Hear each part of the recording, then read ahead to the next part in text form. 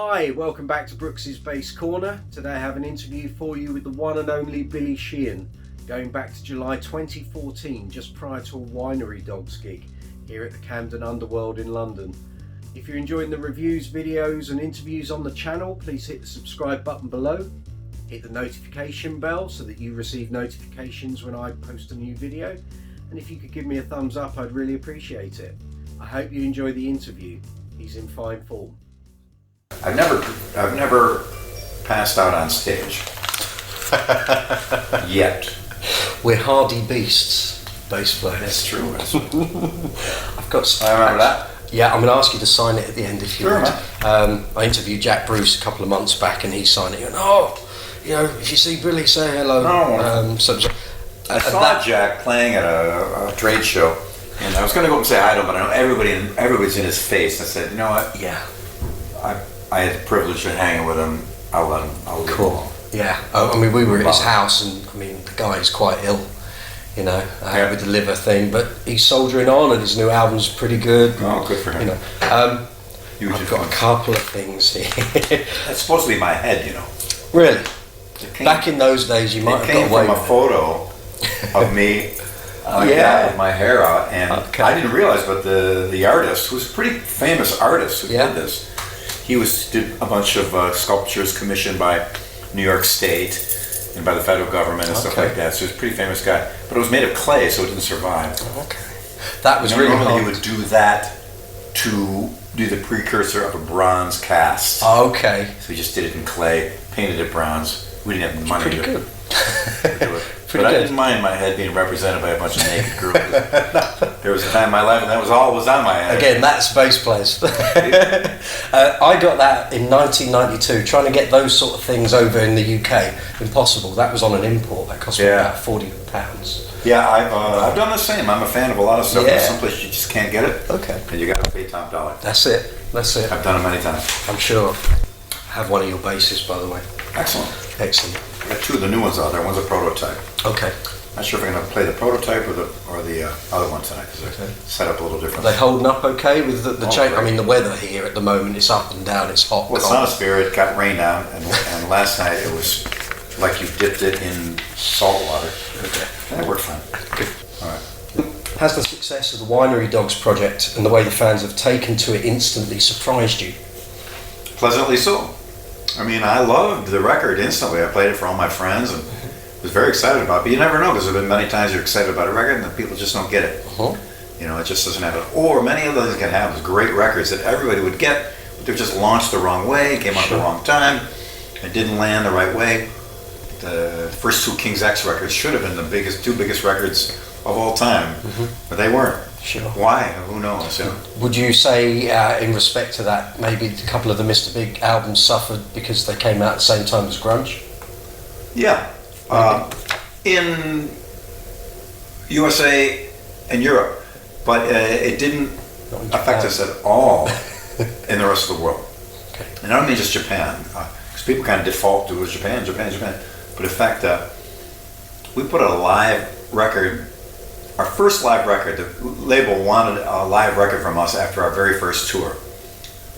And so we were opening up for Rush, and the sound man had a DAT tape, an old digital audio tape, and just recorded the show. It cost us $7.95 was the budget for that record, because that was it. No overdubs, no nothing. No mix. Took that DAT, put it out. We sold 350,000 units in Korea. People were like sushi. In Korea. Yeah. And Thailand, crazy. Malaysia, the Philippines. For Mr.Big played Philippines last time too, they actually did a petition. I don't know how many thousands of people had signed it. So it's never just Japan, and they're quite different cultures. Japan is quite a bit different. And a lot of Asian folks are unhappy when they're lumped in with Japan. Okay, yeah. You're Japan or Chinese? I'm Malaysian. Same with Scotland and England. Exactly. I get more email from Indonesia than anywhere in the world. Wow. My Facebook stats for Indonesia are up here.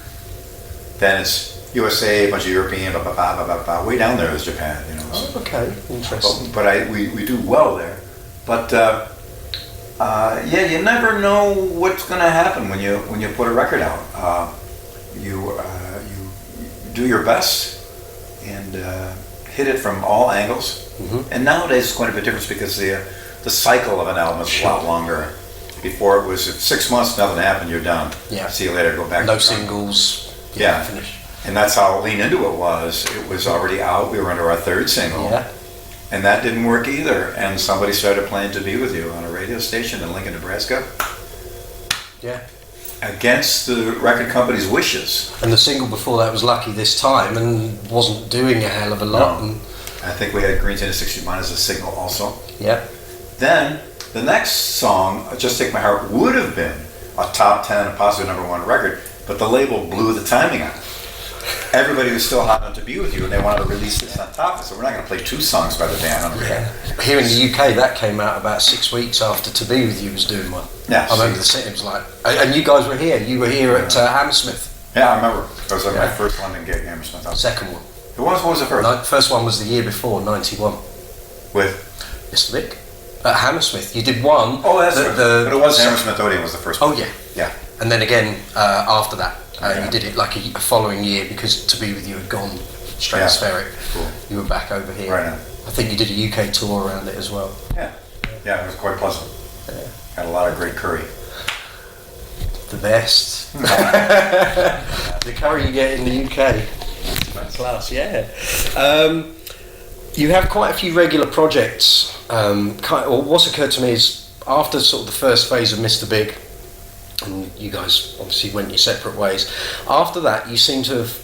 You've got Niacin, you've now got the Winery Dogs, you've got your own projects, your own albums, all the other guys you work with, Steve Vai, Tony McAlpine and what have you. Does it get difficult coming up with new material for those sort of projects? Do you find yourself not necessarily slipping into a mental block, but trying to come up with new parts that excite and inspire you? And the reason I say that is because you're playing, as much as I love your 95%, which is in the pocket bass playing, what you're known for is your flamboyant playing. When you look at a cake, you see the frosting. Exactly. So with all these different projects, do you find sometimes you have to just stand back from it all, like trying to come up with a new part and another part for that album, and because it's not always simplistic bass playing? It's pretty. I work a lot and I come up with a lot of stuff on my iPhone. Today I had the chair propped up with a video showing myself the new thing that I thought of, and I have hundreds of little snippets like that on video of just ideas and song parts and bass lines, and a way to play something different than I played one way for years. And it's there's really no limit when it comes to writing and creating, and some people get a block. I understand that. For me, if there's a block or anything that prevents me from thinking of something new, I've got a lot of ways to get around that. I start listening to something completely different. Yeah. I go, pick up a 12-string guitar. Various things. Okay. So. Do you keep like a vault, like a library of ideas that you sift through occasionally, and maybe you come back to something that you did 10 years ago? Absolutely. I got tons of that stuff. And though I must say, almost never have I used something from back then. Okay. But that it's there. I listened to the whole thing, there must be hundreds of songs. Can that stuff sometimes maybe lead you on another path? And think, you know what, I hate all that. I'm going to come up with something different than all of that and do this. Okay. But do you ever listen to a part maybe in your vault and think, I don't like the key it's in, but I could change it and I could add that bit on and that might... Yeah, absolutely. Yeah. You always come up with those things. Okay. But I don't so much mine from that vault as I do just come up with new stuff. Okay. Because it's really... it's amazing to me after playing well over 40 years that it's just very well, by the way. I'm just starting.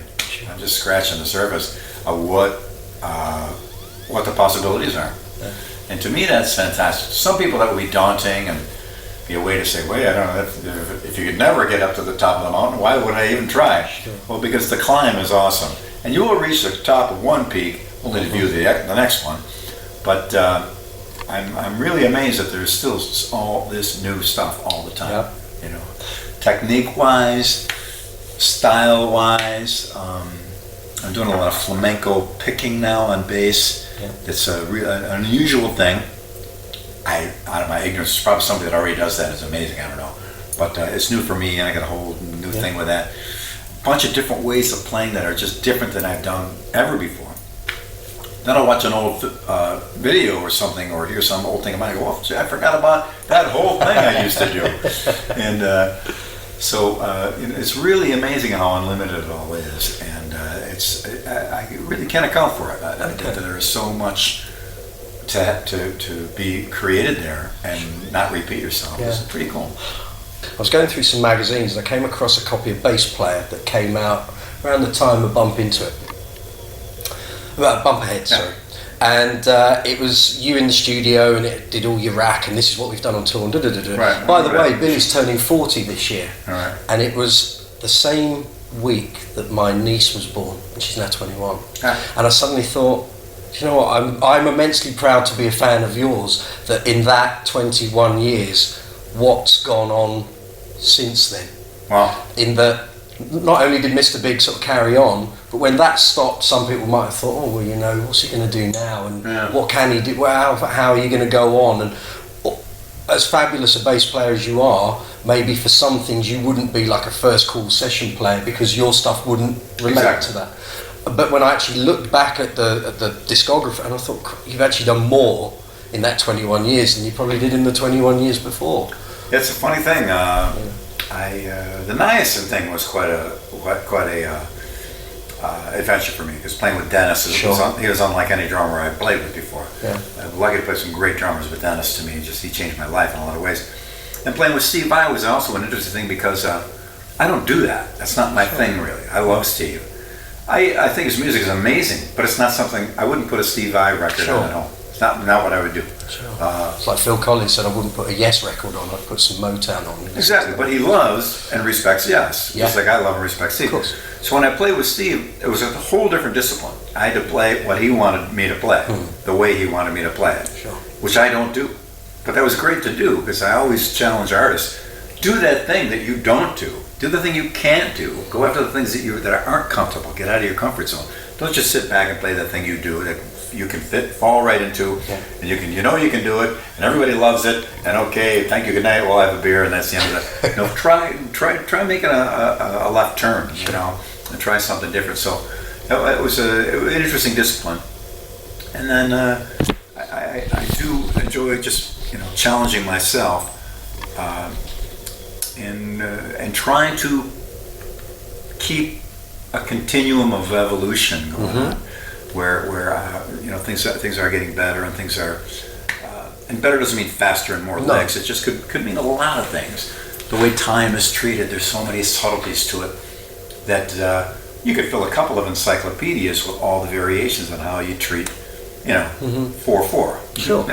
It's and as many as musicians there are, there's that many ways that it's treated. It's like everyone's got different ears, how they hear it. Exactly. Okay. So it's amazing to me that evolution, like I said earlier, kind of ties into what I said before about how that adventure never ending. It's amazing to see so much that there is there to challenge yourself with. Going back to what I was saying about doing so many projects, because your playing isn't so much of like a standard bass player, even though you do that and you do it very well.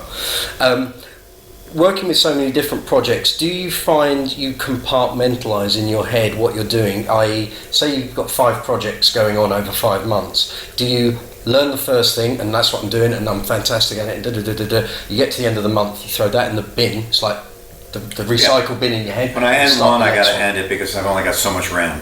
And my RAM is maxed That's out. What I was, So I remember one year I did, I think I did 5 shows, 5 completely different shows. And it was no problem. Sure. But on show 4, with whatever band it was, I couldn't have gone back and done show 1. Exactly. Because I forgot what that is. That's why when we're doing clinics sometimes, people, that one song, and I go, I don't remember how it even goes. That was 20, 30 years ago. I know.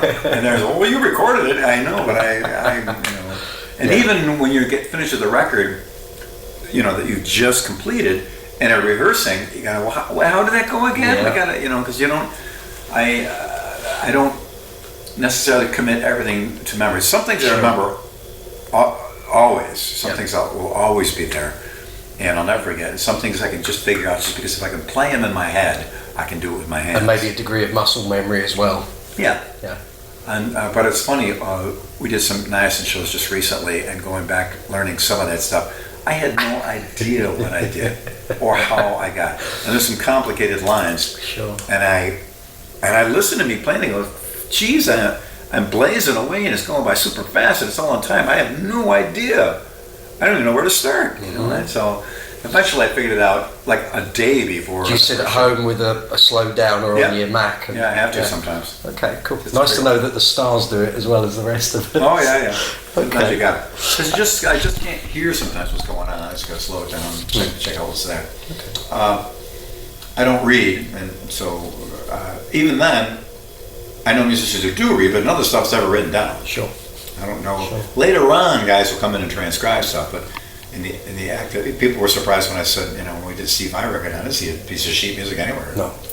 It just didn't exist. But then the only times I've seen it were we did strings for Nothing But Love, Mr.Big, and they had string sections, so there was written music for them. I'm not sure who wrote it out. And a couple of little things like that, we had to bring some real musicians in. Sure. String player. and they had their as a part from us faking it.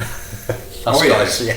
Absolutely. Well, ears are. They're just Even guys I know that are great readers, they got amazing ears. Tony McAlpine's got ears to die for. Yeah. You can hit, A flat, and you check it. Amazing.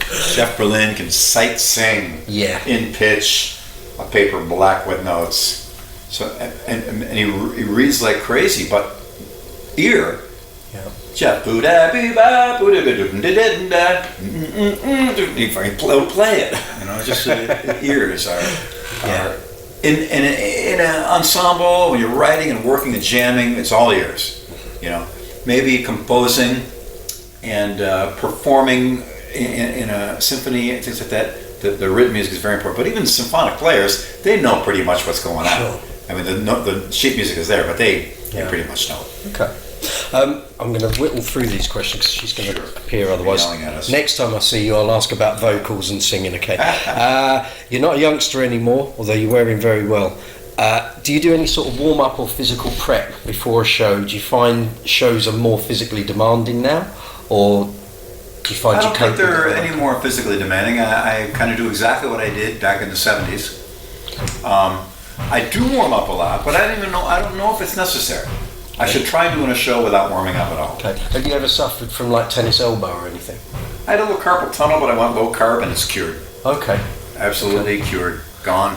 Okay. And I saw a thing on YouTube about you talking about food and stuff. Do you find your diet and that you like the best food, no crap and artificial stuff? And the high price of low cost. Exactly. Do you find what you eat and what you eat when you're on tour, does that help you cope with the rigors of the show, or it might? It can't make it any worse. It might. I don't know. I just do in theory what's right. Yeah.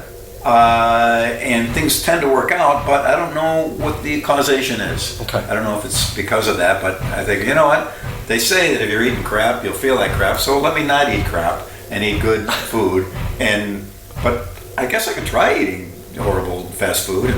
But let me stick with, Okay. I just use the common sense and logic about it rather than seeing definite changes in what's happening in my life. The low carb thing was important for me. I remember years and years ago I got into the first book I knew of, it was called The Sugar Blues, about how sugar is an anti-nutrient, sugar and everything's going to kill you. Sugar is death. You've seen that statement, sugar is death. And it is. I just saw where UK, the diabetes rates are crazy. It's all because you're eating carbs and sugar. That's why. It's all that it is. So I warm up my voice too a little bit. Sometimes I don't warm up at all, and I go on stage and have a great night. Sometimes I'm on stage it's not doing too good. I think, did I warm up enough? Or should I not have warmed up? So you try to just do what you think is right. I don't always see a direct, like, hey, I didn't warm up tonight and I really suck. I mean, that's I don't have time, there's no chance to warm up, and I have an amazing night. Nights when I warm up all day and I suck. But I just This go. is so nice to hear. Yeah. I get that too. Yeah, so and I think it's true with everybody, you know. But you do what you think is right, and you hope that you get the results you're hoping for. Okay. So I really try, get my hands warmed up. I know that when I'm just sitting down to play bass and I pick it up in my house and I start to play, I'm okay. And then if I hit it, all of a sudden, by 45 minutes, an hour into it, man, it's flying all over the place. So that would seem logically to relate to what happens on stage. But I don't know that it always does, because on stage is another world. Yes. Oh yes. Don't we know it? Yeah. You've worked with some incredible drummers, including Mike. Is that part of the fun for you, working in so many projects, that you get to work with some seriously top-notch drummers? Absolutely. Yeah, absolutely. Mike and I got a weird-ass, strange telepathic ESP where we just do things, I don't know how it comes to be. Did you know Mike for a long period before you Yeah. did the Winery Dogs? Okay. He was a Talas fan. He used to come out. I didn't know him then, but he used to come out and see Talas play back in the days before he was in bands and stuff. Yeah. And he tells the story of the Dream Theater guys got together because they're all into Talas. Nice. Pretty funny. So you're dragging them along. So, but yeah, working with Mike is a joy, and it's exciting and fun and entertaining too. Sure. People enjoy watching it. Working with Dennis, similar. This kind of Vulcan mind meld kind of thing where you just lock into what the drummer does. And I try to do that with every drummer I play with, where I just really watch him, and I just really get used to how he gets into and out of a fill, and how he moves, and what he does with time. And I got that from you as well. yeah, Off of the everybody's video. got- It's kind of when I was starting. Obviously, I knew playing with the drum was important, but I think you said in one of your videos, just lock into what that bass drum's doing. You don't always have to stick to it, but at least if you know what he's going to do, Yeah. makes your job. those patterns. If I'm laying down tracks and there's already drums recorded, and especially a song I don't know, let me hear this bass drum pattern. Let me hear the pattern what they're doing. Yeah. Then I got to adjust whatever I'm doing to make sure I land exactly in that pattern. Mm-hmm. Move around a little bit in and out, but I want to land on everything he lands on, because it just makes a universe of difference. Sure. When you really lock in there, right? And there's all kinds of ways of locking in. You can pop in a little in front of them, right on, a little bit behind, variation. There's all kinds of ways to do it. A lot of times I hit with the other drums too. Mm-hmm. There's a tom fill, I move around with that too. I play octaves a lot, with a low octave of the bass drum, with a high octave as a snare drum. A la my Sharona, but that's the simplified version of it, awesome as it is. But like that, So there's a lot of ways to approach that. But yeah, drummers, to me, that's the band. The drummer's the most important guy in a band. Sure. I say that in my clinics, and all the drummers applaud. I go, yeah, okay. Don't tell them that, for God's sake. It is true, though. It is true. And You can have a bad band with a good drummer and it's okay. You can have a great band with an awful drummer. It sucks. you're doomed. You're doomed, yeah. I remember seeing a very famous, huge heavy metal band. I won't name them because I wouldn't want to say anything bad about these gentlemen. But I was watching them in a huge arena, a sold-out show, with a friend of mine, and also I looked over and I go, is it me or is it this? Suck. It's horrible. The guy just missed everything he went for, and I was looking around at people like, is anyone hearing this? And I thought, man, the bass player must be in hell, because I play with some drummers that just don't land where they should land. And, oh God. First thing I think of it is me. I always think, what am I doing wrong? Me? Yeah. And that's a weird, natural thing. Monitor feeds back. Oh, is it me? No, it's the monitor. It's not. But instantly I think me. Singer sang the wrong words. What did I do? Oh, it was him. But I kind of carry all that on my shoulders. Anything goes wrong, I think, what did I do? So that would drive me crazy, playing with drummers that just weren't landing the way they should, and falling in and out of things incorrectly. Until the revelation, it's not me. Yeah, it's there. Oh my God! And I'm not the only one that says that. Gosh. Yeah, it's rough. It's not good. Not good. Your traditional videos were a benchmark in the years before YouTube. Have you considered doing an update or a comprehensive insight into your playing and your tricks? I'd love to. Yeah, maybe I'd like to. Because it was a while, late 89, I think was the last. Because you'd done one in sort of 87, 88, and then you did the one which was between Mr.Big and Lean Into It. Well, I did ones for Cherry. was Cherry Lane, but another one, Alfred Publishing. We did Absolute Beginner. Oh, yeah. Okay. And then more advanced base. The Absolute Beginner, I really made it for absolute beginners. How do you hold the thing? What do the knobs do? How should you set your amp? Yeah. And you'd be amazed how many people, even guys that have been playing for a while, that saw that. Because people ignore basics a lot. Sure. They just assume you know all that. And I've had it happen to me. You see it with computer technology all the time. Yeah. My first drum machine. Make sure that the cursor, what's a cursor? I'm looking at the manual, inside, out, all of it. What's a cursor? What's a cursor? What's the cursor? I have no idea. It's the blinking thing. They never tell you that. It took me 3 days to find out what the cursor was, which sounds stupid. But in fact, if I told you, what the Florgeschmieden, take the Florgeschmieden and make sure it gets in the pan. Where's the, you would, that doesn't mean you're unintelligent because you know what the Florgeschmieden is, but nobody told you. And there's nothing in the manual that says Florgeschmieden. So it was important for me to, just for absolute beginners, to say, you hold it like this. The strap goes here. Here's how you adjust your strap. Here's what the strings are. Here's where you put your thumb if you want, or you want to play with a pick. Just a real basic. And because a lot of guys for a long time, they did instructional videos to show off their fancy lecture because they had no record deal, they had no hits, they had no songs, they had no band. And they had a mortgage. And it gave instructional stuff a bad name. Because I was like, watch how hot I am, watch this. Yeah. Well, my point in doing all of them, my approach was I want to show you stuff that you will walk away from it a better player or understand more about life or whatever else. It wasn't a showcase for me. That's why a lot of the times when we're doing other programs, play some, do a solo here. And I go, yeah, I know. Well, I've done solos before. The thing isn't here. I'm not here to solo. I'm here to. Somebody bought this to learn something. I want to show them something. Or if I do a little solo again, I'll show you exactly what I did and how I got there and how you can do it. Because there's nothing I do that you can't do. I'm a firm believer in that. As you said, it's one finger doing its thing, the other getting out of the way. One of the things you said on there was what I'm doing isn't very. I think it was like the trill to Addicted to the Rush. I'm not going very fast. It's just one finger going down, the other coming off. It's just a coordination of effort. Yeah, it's very simple. And I honestly believe there's nothing I do that somebody else can't do. I've done clinics in Japan. Sometimes they have everyone bring their basses, and I've grabbed a few people come up on stage. That's fun. This guy came up, and I was doing a really fast arpeggio, C major, a lot of notes.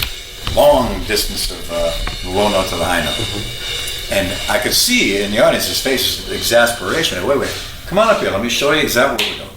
Step by step, piece by piece, first note, second note, first note, second note, first note, second note, third, first, second, third, 1, 2, 3, 1, 2, 3, 4, 1, 2, 3, 4, 1, 2, 3, 4, 1, 2, 3, 4, 5, 1, 2, go back again, 1, 2, 1, 2, 3, 1, 2, 3, 4, pretty soon, he did it. Yeah. I said, see? And he was nervous being on stage, so I didn't think he got what happened. But he did the thing that he thought. Sometimes all it needs is just someone sitting with someone else and just say, this is it. Yeah. They can listen to it, but they can't work out the physicality of it. Exactly. And then they sit and they're thinking, oh God, it's all over. And it's not. It's just.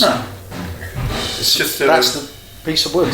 Little it's piece. all going on in there. Chip away at them all. One chip at a time, and eventually that Matterhorn's going to come down. Cool.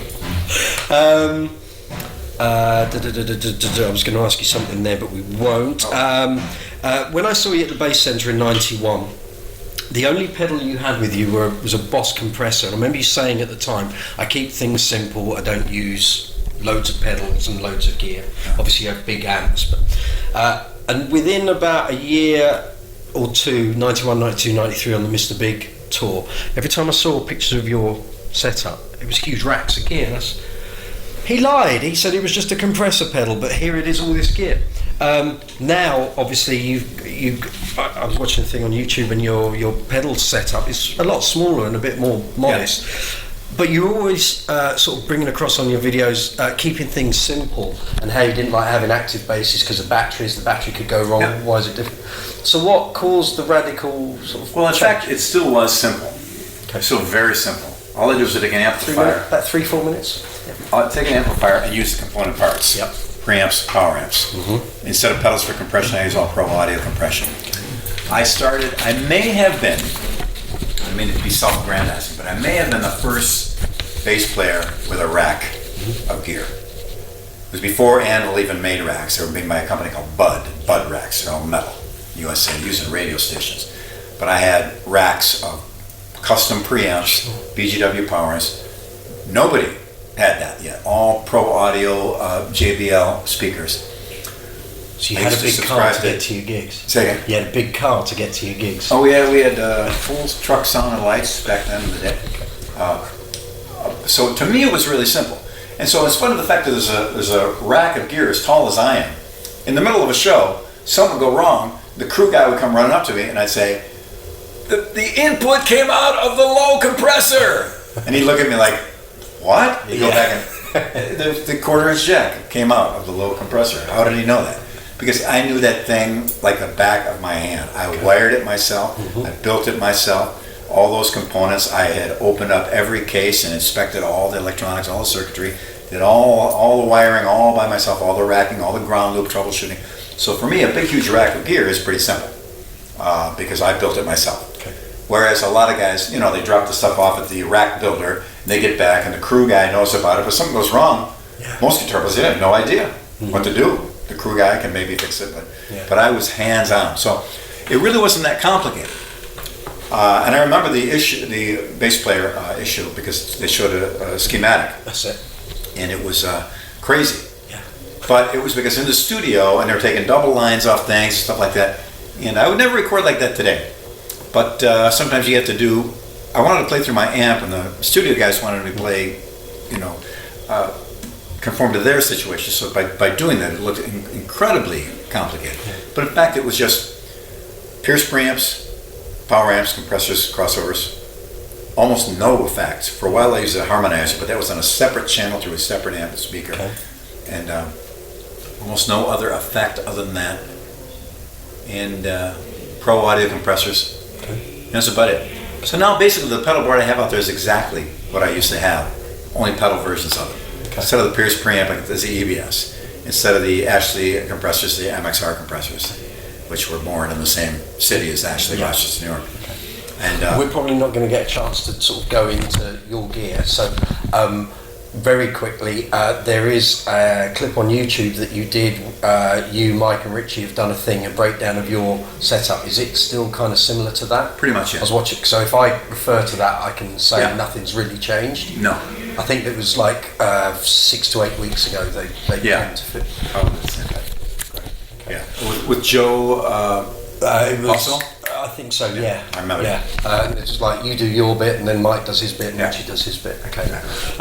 Right. I need to quickly ask about Mr. Big. I presume new album coming out because you're back here in 3 months. Very small European tour. Is this before the album's finished, or is the album going to come out at the same time? Almost done now. I think it'll be finished by July 30th. Great. Okay. So this is like a little warm-up tour, and then will you be doing a proper tour next year, or no? No, I'm gonna miss you. I know. A lot of guys in the band are just not. It's not a touring thing for them anymore. They don't want to be out there touring, and I understand it, and I still love them. They're my brothers, and it's great. But so does that mean you're going to do like erratic sort of one-off shows? Yeah, maybe. I'm glad I saw you at Shepherd's Bush. Yeah, it was cool. But there's just guys are caught up in life, and they have kids going to school. So that's what happens. God bless them. So I'm glad to be now with Mike Portnoy with Winery Dogs, because Mike would play 3 shows a day, every day from here to 2040. You used to. Which is great, because I can do that. That's what I need to play live a lot. Yeah. So if I relied only on Mr. Big, I would be only playing a short tour every 2 or 3 years. So if the live thing is not going to be what it was, will you still do albums though?